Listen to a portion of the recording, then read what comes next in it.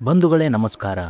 ನಾವು ghost rider ಮೊದಲ ಭಾಗದಲ್ಲಿ ಜಾನಿ ತನ್ನ ತಂದೆಗೆ ಬದುಕಿಸಲು ಶೈತಾನನಿಗೆ ತನ್ನ ಆತ್ಮ ಮಾರಿ ಕೊನೆಗೆ ಅವನಿಗೆ ತಿರುಗಿ ಬಿದ್ದು ತನ್ನ ಶಾಪವನ್ನು ಒಳ್ಳೆಯದಕ್ಕೆ ಉಪಯೋಗಿಸಿ ಸೂಪರ್ ಹೀರೋ ಆಗುವುದು ನಾವು ಮೊದಲ ಭಾಗದಲ್ಲಿ ನೋಡಿದ್ದೇವೆ. ಅದಾದ ಮೇಲೆ ಜಾನಿಗೆ ಏನಾಯ್ತು? ಅವನ್ಯಾಕೆ ಊರೂರು ಸುತ್ತುತ್ತಾ ಇದ್ದಾನೆ? ಅವನು ತನ್ನ ಶಾಪದಿಂದ ಮುಕ್ತನಾದನ? ಈ ಎಲ್ಲಾ ಪ್ರಶ್ನೆಗಳಿಗೆ ನನ್ನ ಜೊತೆ ಈ ವಿಡಿಯೋ ಪೂರ್ತಿ ನೋಡಿ. ಮೊದಲ ಭಾಗದ ವಿವರಣೆಯ ಲಿಂಕ್ ಡಿಸ್ಕ್ರಿಪ್ಷನ್ ನಲ್ಲಿ ಹಾಕಿದ್ದೀನಿ, ನೋಡದವರು ನೋಡಬಹುದು. ಈ ಚಾನೆಲ್ ನಲ್ಲಿ ಫ್ರಾಂಚೈಸಿ ಮತ್ತು ಎಲ್ಲಾ ತರಹದ ಸಿನಿಮಾಗಳ ವಿವರಣೆ ನೀಡಲಾಗುವುದು. ಸೊ ಬನ್ನಿ ಬಂಧುಗಳೇ, ನಾನು ವಿಜಯ, ಚಾನಲ್ಗೆ ಸ್ವಾಗತ.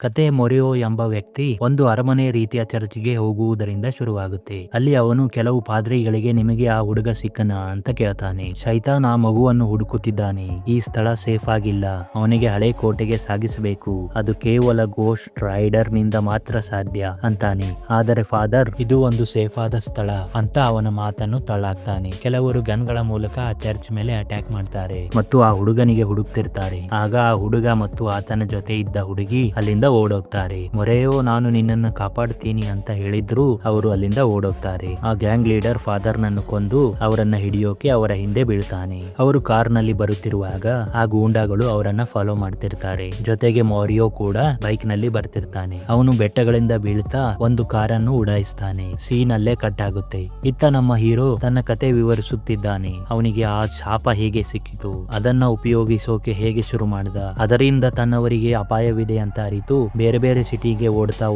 ಬದುಕುತ್ತಿರೋದು ಹೇಳ್ತಾನೆ. ಅವನು ಎಚ್ಚರಗೊಂಡಾಗ ಕಾರ್ಖಾನೆಯ ಬಾಗಿಲು ಮೊರಿಯೋ ತಟ್ತಿರ್ತಾನೆ. ಅವನು ಒಳಗೆ ಬಂದಾಗ ಜಾನಿ, ನೀನು ಯಾರೇ ಆಗಿದ್ರು ತಲುಗು ಇಲ್ಲಿಂದ ಅಂತಾನೆ. ಆದರೆ ಮೊರಿಯೋ ಕೇಳದೆ, ನನಗೆ ಗೊತ್ತು ನೀನ್ ಯಾರು ಅಂತ, ನೀನೊಬ್ಬ ಗೋಸ್ಟ್ ರೈಡರ್ ಅಂತಾನೆ. ಅದಕ್ಕೆ ಜಾನಿ, ನಿನಗೇನು ಬೇಕು ಅಂತ ಕೇಳಿದಾಗ ಮೊರಿಯೋ ಒಂದು ಫೋಟೋ ತೋರಿಸಿ, ಈ ಹುಡುಗ ಅಪಾಯದಲ್ಲಿದ್ದಾನೆ, ನೀನು ಇವನಿಗೆ ಕಾಪಾಡಬೇಕು ಅಂತಾನೆ. ಅದಕ್ಕೆ ಜಾನಿ ನಿರಾಕರಿಸ್ತಾನೆ. ಆಗ ಮೊರಿಯೋ, ನಿನಗೆ ಶಾಪ ಕೊಟ್ಟ ಶೈತಾನನೇ ಇವನ ಹಿಂದೆ ಬಿದ್ದಿದ್ದಾನೆ, ಈ ಹುಡುಗನಿಗೆ ಕಾಪಾಡು, ನಮ್ಮ ಚರ್ಚ್ನವರು ನಿನಗೆ ಶಾಪದಿಂದ ಮುಕ್ತಗೊಳಿಸುತ್ತಾರೆ ಅಂತ ಹೇಳ್ತಾನೆ. ಇತ್ತ ಆ ಹುಡುಗಿ ಒಬ್ಬ ವ್ಯಕ್ತಿಗೆ ವಂಚಿಸಿ ಅವರಿಬ್ಬರು ಅವನ ರಿಂಗ್ ಕದೀತಾರೆ. ಗೂಂಡಾ ಗ್ಯಾಂಗ್ ಕೂಡ ಅವರ ಸುತ್ತಮುತ್ತಲಿಂದ ನೋಡ್ತಿರ್ತಾರೆ. ಅವರೊಂದು ಕಾರು ಕದ್ಕೊಂಡು ಅಲ್ಲಿಂದ ಬರ್ತಾರೆ. ಗೂಂಡಾಗಳು ಅವರ ಹಿಂದೆ ಫಾಲೋ ಮಾಡ್ತಿರ್ತಾರೆ. ಅವರು ಬರ್ತಿರುವಾಗ ಗೂಂಡಾಗಳು ಅವರ ಕಾರ್ ಮೇಲೆ ಅಟ್ಯಾಕ್ ಮಾಡ್ತಿರ್ತಾರೆ. ಇತ್ತ ಜಾನಿ ಕೂಡ ಗೋಸ್ಟ್ ರೈಡರ್ ಆಗಿ ಬದಲಾಗಿ ಆ ಹುಡುಗನ ಬಳಿ ಬರ್ತಾನೆ. ಅವರು ಅವರ ಕಾರನ್ನು ಅಡ್ಡಗಟ್ಟಿ ಆ ಹುಡುಗಿಗೆ ಹಿಡಿತಾರೆ ಮತ್ತು ಆ ಹುಡುಗನಿಗೆ ಮೂರ್ಛೆ ಬೀಳಿಸ್ತಾರೆ. ಇದೇ ವೇಳೆ ಆ ಹುಡುಗನ ಹೆಸರು ಡ್ಯಾನಿ ಅಂತ ನಮಗೆ ಗೊತ್ತಾಗುತ್ತೆ. ಇತ್ತ ಡ್ಯಾನಿ ತಾಯಿಗೆ ಆ ಗುಂಡಾ ಲೀಡರ್ ಇನ್ನೇನು ಕೊಲ್ಲಬೇಕು ಅನ್ನುವಷ್ಟರಲ್ಲಿ ಗೋಸ್ಟ್ ರೈಡರ್ ಅಲ್ಲಿಗೆ ಬರ್ತಾನೆ. ಅವನನ್ನ ನೋಡಿ ಎಲ್ಲರೂ ಆಶ್ಚರ್ಯಗೊಂಡು ಅವನಿಗೆ ಕೊಲ್ಲೋಕೆ ಮುಂದಾಗ್ತಾರೆ. ಅವನ ಮೇಲೆ ಬುಲೆಟ್ ಗಳ ಸುರಿಮಳೆ ಹಾಕ್ತಾರೆ.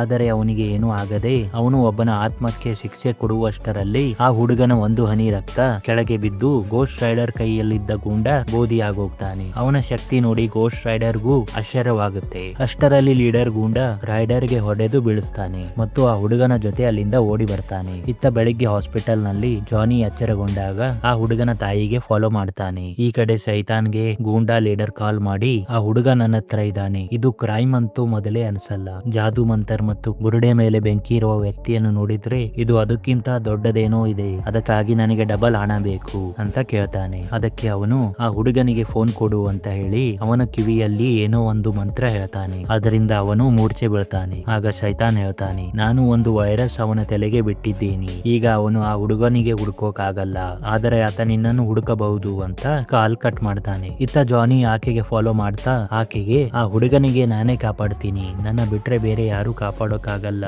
ಅಂದು ಅವರಿಬ್ಬರು ಗೂಂಡಾಗಳ ಅಡ್ಡೆಗೆ ಬರ್ತಿರ್ತಾರೆ. ಕಾರಲ್ಲಿ ಆ ಹುಡುಗಿ, ಆ ಗೂಂಡಾಗಳ ಲೀಡರ್ ಅವನೊಬ್ಬ ಗ್ಯಾಂಗ್ಸ್ಟರ್, ನಾನು ಅವನ ಗರ್ಲ್ ಫ್ರೆಂಡ್ ಆಗಿದ್ದೆ, ಅವನು ನನಗೆ ಸುಖ ಸುಮ್ಮನೆ ಟಾರ್ಚರ್ ಮಾಡ್ತಿದ್ದ, ಆಗ ನಾನು ಆ ಬಿಲ್ಡಿಂಗ್ ನಿಂದ ಜಂಪ್ ಮಾಡಿ ಅಲ್ಲಿಂದ ಬಂದೆ, ನನ್ನ ಸಾವು ನನ್ನ ಕಣ್ಮುಂದೆ ಇತ್ತು, ಆಗ ಅವನು ಬಂದ, ಶೈತಾನ್ ರೋರ್ಕೆ, ಅವನು ನನ್ನ ಪ್ರಾಣ ಉಳಿಸಲು ಒಂದು ಡೀಲ್ ಮಾಡ್ದ, ಅದರ ಬದಲಿಗೆ ಅವನಿಗೆ ನನ್ನ ಮಗ ಬೇಕಾಗಿದ್ದಾನೆ ಅಂತ ಹೇಳ್ತಾಳೆ. ಆಗ ಜಾನಿ ಆ ಶೈತಾನ್ ಮಗನೇ ಈ ಹುಡುಗ ಅಂತ ಅರ್ಥ ಮಾಡ್ಕೋತಾನೆ. ಆಗ ಶೈತಾನ್ ಬಗ್ಗೆ ಹೇಳೋಕೆ ಶುರು ಮಾಡ್ತಾರೆ. ಆ ಶೈತಾನ್ ಸಾವಿರಾರು ವರ್ಷಗಳಿಂದ ಬೇರೆ ಬೇರೆ ರೂಪಗಳನ್ನು ಬದಲಾಯಿಸುತ್ತಾ ತನ್ನ ಕ್ರೌರ್ಯವನ್ನು ಮುಂದುವರೆಸಲು ಮನುಷ್ಯರ ಜೊತೆ ಆತ್ಮಗಳ ಒಪ್ಪಂದ ಮಾಡ್ಕೋತಿರ್ತಾನೆ ಅಂತ ಹೇಳಲಾಗುತ್ತೆ. ಇತ್ತ ಡ್ಯಾನಿ ಅವರಿದ್ದ ಕಾರನ್ನು ಪಲ್ಟಿ ಮಾಡಿ ಅಲ್ಲಿಂದ ಓಡಿ ಬರ್ತಾನೆ. ಸ್ವಲ್ಪ ದೂರ ಬಂದ ಮೇಲೆ ಅವನು ಒಂದು ಹಳ್ಳಕ್ಕೆ ಬಿದ್ದು ತನ್ನ ಕಾಲು ಮುರ್ಕೋತಾನೆ. ಕ್ಯಾರಿಗನ್ ಮತ್ತೆ ಅವನಿಗೆ ಹಿಡಿತಾನೆ. ಜಾನಿ ಮತ್ತು ಆ ಹುಡುಗಿ ಒಂದು ಫೈಟ್ ಕ್ಲಬ್ ನಲ್ಲಿ ಒಸೀಲ್ ಎಂಬ ಕ್ಯಾರಿಗನ್ ಫ್ರೆಂಡ್ ಗೆ ಹಿಡಿದು ಅವನಿಗೆ ಕ್ಯಾರಿಗನ್ ಬಗ್ಗೆ ಕೇಳ್ತಾರೆ. ಆಗ ಅವನು ಕ್ಯಾರಿಗರ್ಗೆ ಕೆಲವೇ ಗಂಟೆಗಳ ಹಿಂದೆ ಕಾಲ್ ಮಾಡಿದ್ದ ಅಂತ ಅವರಿಗೆ ಗೊತ್ತಾಗುತ್ತೆ. ಜಾನಿ ಕೂಡ ಗೋಸ್ಟ್ ರೈಡರ್ ಆಗಿ ಬದಲಾಗ್ತಿರ್ತಾನೆ, ಆದರೂ ಅದನ್ನು ಕಂಟ್ರೋಲ್ ಮಾಡ್ತಿರ್ತಾನೆ. ಹೀಗಿರುವಾಗ ರೈಡರ್ ಆಗಿ ಅವನಿಗೆ ಹೆದರಿಸಿ ಅವನು ಒಂದು ಗಣಿಯಲ್ಲಿದ್ದಾನೆ ಮತ್ತು ಅವನು ಒಂದು ಆರ್ಮಿ ಕಟ್ತಿದ್ದಾನೆ ಅಂತ ಅಡ್ರೆಸ್ ಹೇಳ್ತಾನೆ. ಆಗ ಅವರು ಅಲ್ಲಿಗೆ ಬರೋಕೆ ಶುರು ಮಾಡ್ತಾರೆ. ಆದರೆ ಜಾನಿ ಎಷ್ಟೇ ಕಂಟ್ರೋಲ್ ಮಾಡಿದ್ರು ಕೊನೆಗೂ ಗೋಸ್ಟ್ ರೈಡರ್ ಆಗಿ ಬದಲಾಗ್ತಾನೆ. ಇತ್ತ ಗಣಿ ಪ್ರದೇಶದಲ್ಲಿ ಸೈನಿಕರು ಆಯುಧಗಳನ್ನ ಪರೀಕ್ಷೆ ಮಾಡ್ತಿರ್ತಾರೆ. ಆಕೆ ಕದ್ದು ಮುಚ್ಚಿ ಒಳಗೆ ಬಂದು ಡ್ಯಾನಿಗೆ ಕಾಪಾಡ್ತಾಳೆ. ಅಷ್ಟರಲ್ಲಿ ಗೋಸ್ಟ್ ರೈಡರ್ ಕೂಡ ಅಲ್ಲಿಗೆ ಬರ್ತಾನೆ. ಕ್ಯಾರಿಗನ್ ಒಂದು ಬಜೂಕಾದಿಂದ ಅವನಿಗೆ ಹೊಡೆದಾಕ್ತಾನೆ. ಆದರೂ ಅವನು ಎದ್ದು ಬರ್ತಾನೆ. ಎಂದಿನಂತೆ ತನ್ನ ಸರಪಳಿಯಿಂದ ಎಲ್ಲರನ್ನ ಬೂದಿ ಮಾಡ್ತಿರ್ತಾನೆ. ಅವನಿಗೆ ಎಷ್ಟೇ ಹೊಡೆದರೂ ಏನೂ ಆಗದೆ ಮತ್ತೆ ಮತ್ತೆ ಬರ್ತಿರ್ತಾನೆ. ಕೊನೆಗೆ ಅವನು ಮೈನಿಂಗ್ ಮಷೀನ್ ಅನ್ನು ತನ್ನ ರೈಡರ್ ವೆಹಿಕಲ್ ಆಗಿ ಬದಲಾಯಿಸಿ ಅಲ್ಲಿದ್ದ ಎಲ್ಲವನ್ನ ಧ್ವಂಸ ಮಾಡಾಕ್ತಾನೆ ಮತ್ತು ಕ್ಯಾರಿಗನ್ ಗೆ ಅಲ್ಲೇ ಬಿಟ್ಟಾಕಿ ಆ ಹುಡುಗನ ಬಳಿ ಬರ್ತಾನೆ. ಅವನು ಗೋಸ್ಟ್ ರೈಡರ್ ಆದ್ಮೇಲೆ ಪೂರ್ತಿ ಚೇಂಜ್ ಆಗಿರ್ತಾನೆ. ಅವನು ಡ್ಯಾನಿ ತಾಯಿಗೆ ಎಳ್ಕೊಂಡು ಇನ್ನೇನು ಕೊಲ್ಲಬೇಕು ಅನ್ನುವಷ್ಟರಲ್ಲಿ ಆ ಹುಡುಗ ಅವನಿಗೆ ಎದುರಾಗಿ ಆಕೆಗೆ ಬಿಟ್ಟು ಬಿಡು ಅಂತಾನೆ ಮತ್ತು ಆ ಹುಡುಗನಿಂದ ಗೋಸ್ಟ್ ರೈಡರ್ ಮತ್ತೆ ಜಾನಿ ಆಗಿ ಬದಲಾಗ್ತಾನೆ. ಜಾನಿಗೂ ಆಶ್ಚರ್ಯವಾಗುತ್ತೆ.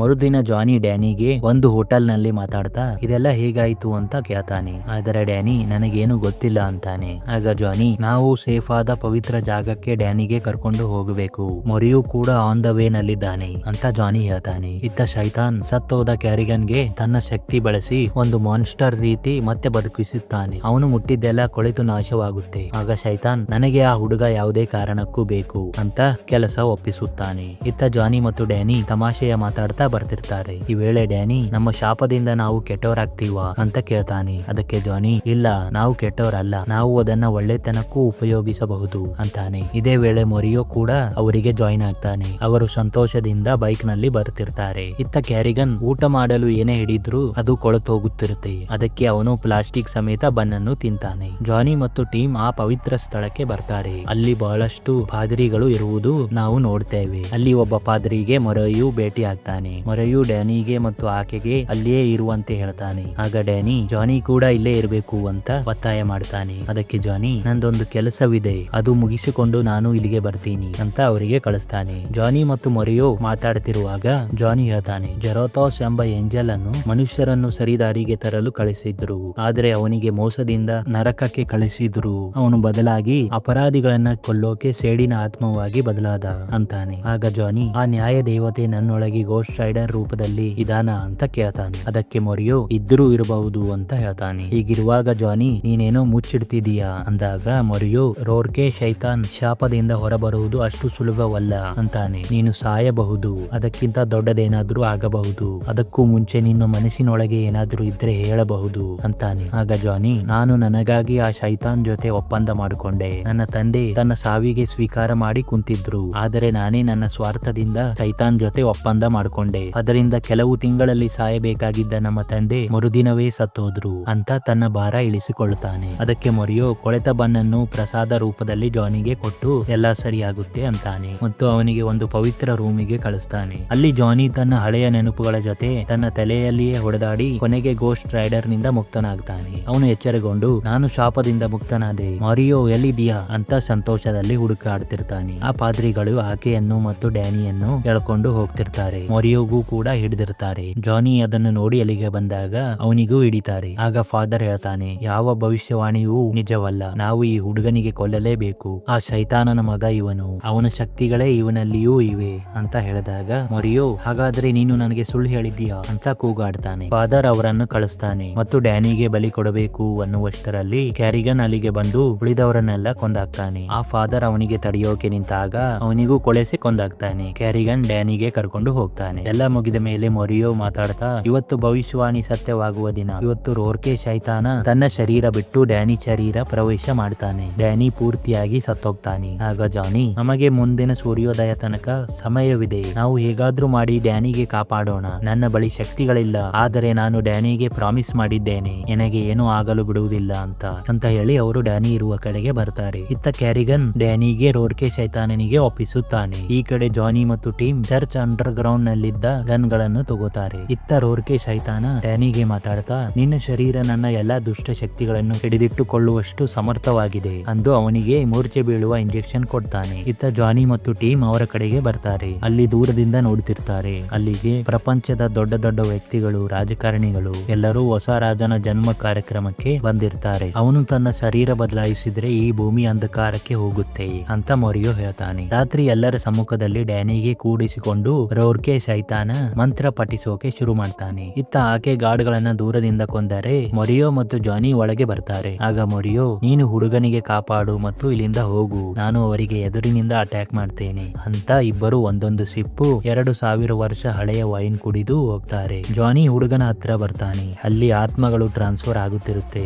ಜಾನಿ ಡ್ಯಾನಿಗೆ ಕಾಪಾಡೋಕೆ ಬಂದಾಗ ರೋರ್ಕೆ ಅವನಿಗೆ ಕಂಟ್ರೋಲ್ ಮಾಡಿ ಅವನಿಗೆ ದೂರ ಎಸಿತಾನೆ. ಇತ್ತ ಮೊರಿಯೋ ಕೂಡ ಮುಂದಿನಿಂದ ಎಲ್ಲರನ್ನ ಅಟ್ಯಾಕ್ ಮಾಡ್ತಿರ್ತಾನೆ. ಆಗ ಕ್ಯಾರಿಗನ್ ಅವನಿಗೆ ಹಿಡಿದು ಅವನಿಗೆ ಕೊಡಿಸ್ತಾನೆ. ಆದರೆ ಮೊರಿಯೋ ಸಾಯ್ತಾ ಸಾಯ್ತಾ ಕ್ಯಾರಿಗನ್ಗೆ ಒಂದು ಗುನ್ನ ಕೊಟ್ಟು ಹೋಗ್ತಾನೆ. ಅವನು ಕೆಳಗೆ ಬಂದು ಜಾನಿಗೆ ಹಿಡಿದು ಇನ್ನೇನು ಕೊಲ್ಲಬೇಕು ಅನ್ನುವಷ್ಟರಲ್ಲಿ ಡ್ಯಾನಿ ಅಲ್ಲಿಗೆ ಬರ್ತಾನೆ. ಅವನು ರೋರ್ಕೆಗೆ ಮಾತಾಡ್ತಾ, ನೀನು ನನ್ನ ತಂದೆ ಅಲ್ವಾ, ನಮ್ಮಿಬ್ಬರಲ್ಲೂ ಒಂದೇ ಶಕ್ತಿ ಇದೆ ಅಲ್ವಾ ಅಂತ ಹೇಳಿ ಜಾನಿಗೆ ತನ್ನ ಶಾಪದ ಶಕ್ತಿ ವಾಪಸ್ ಕೊಡ್ತಾನೆ. ಜಾನಿ ಮತ್ತೆ ಗೋಸ್ಟ್ ರೈಡರ್ ಆಗಿ ಬದಲಾಗ್ತಾನೆ. ಅವನು ಅಲ್ಲಿದ್ದವರನ್ನ ಸುಟ್ಟಾಕ್ತಾನೆ. ಅಷ್ಟರಲ್ಲಿ ರೋರ್ಕೆ ಡ್ಯಾನಿಗೆ ಕರ್ಕೊಂಡು ಅಲ್ಲಿಂದ ಹೋಗ್ತಾನೆ. ಎಂದಿನಂತೆ ರೈಡರ್ ಬಳಿ ಅವನ ಬೈಕ್ ತಾನಾಗೆ ಬರುತ್ತೆ. ಅವನು ಅವರಿಗೆ ಚೇಸ್ ಮಾಡ್ತಾ ಬರ್ತಾನೆ ಮತ್ತು ಒಂದು ಟ್ರಕ್ ಸಹಾಯದಿಂದ ಧ್ವಂಸ ಮಾಡೋಕೆ ಆರಂಭಿಸುತ್ತಾನೆ. ಇತ್ತ ತಾಯಿಗೆ ಕ್ಯಾರಿಗನ್ ಇನ್ನೇನು ಕೊಲ್ಲಬೇಕು ಅನ್ನುವಷ್ಟರಲ್ಲಿ ರೈಡರ್ ಅವನಿಗೆ ಎಳ್ಕೊಂಡು ಅವನ ಜೊತೆ ಫೈಟ್ ಮಾಡಿ ಅವನಿಗೆ ಸುಟ್ಟಾಕ್ತಾನೆ. ಮತ್ತೆ ತನ್ನ ಬೈಕ್ ಮೂಲಕ ರೋರ್ಕೆ ಕಾರು ಪಲ್ಟಿ ಮಾಡ್ತಾನೆ. ಕೊನೆಗೆ ರೋರ್ಕೆಗೆ ಹೊರತೆಗೆದು ಅವನನ್ನ ತನ್ನ ಸರಪಳಿಯಿಂದ ನರಕಕ್ಕೆ ತಳ್ತಾನೆ ಮತ್ತು ಅವನು ಬೆಳಕಿನ ಹೊತ್ತಿನಲ್ಲೂ